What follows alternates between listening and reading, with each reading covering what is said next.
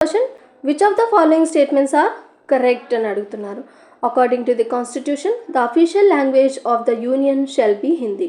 Constitution ప్రకారం official language of union Hindi అని కాన్స్టిట్యూషన్లో మెన్షన్ చేయడం జరిగింది అని అంటున్నారు. అది కరెక్టా రాంగా? Yes, it is correct. Mention అయితే చేశారు.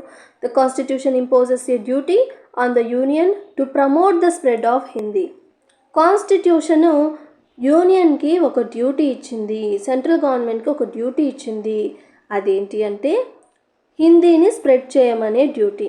హిందీని స్ప్రెడ్ చేయమనే డ్యూటీ కాన్స్టిట్యూషన్ యూనియన్ గవర్నమెంట్కి ఇవ్వడం జరిగింది అని అంటున్నారు. Is it correct or not? Yes, ఈ డ్యూటీ అన్నది ఇవ్వడం జరిగింది యూనియన్కి. సో ఇది కూడా కరెక్టే. And the president can direct a state to declare a language of the official language of the state. మామూలుగా అఫీషియల్ లాంగ్వేజ్ ఆఫ్ ద స్టేట్ని స్టేట్ డిక్లేర్ చేసుకుంటుంది. కానీ కొందరికి ఇంట్రెస్ట్ అయిన లాంగ్వేజ్ని ఆ పీపుల్ ఎంత అడుగుతున్నా కూడా స్టేట్ అన్నది పాస్ చేయలేదనుకోండి, వాళ్ళు ప్రెసిడెంట్కి పిటిషన్ పెట్టుకోవచ్చు. అప్పుడు ప్రెసిడెంట్ స్టేట్కి ఇన్ఫామ్ చేయొచ్చు.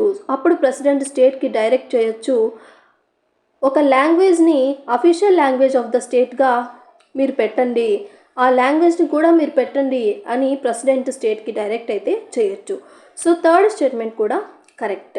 మీన్స్ కాన్స్టిట్యూషన్లో అఫీషియల్ లాంగ్వేజ్ హిందీ అని మెన్షన్ చేయడం జరిగింది.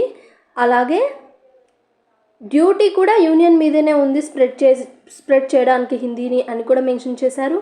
అలాగే ప్రెసిడెంట్ డైరెక్ట్ చేయొచ్చు స్టేట్కి. Yes, so option D, all of the above is the correct answer.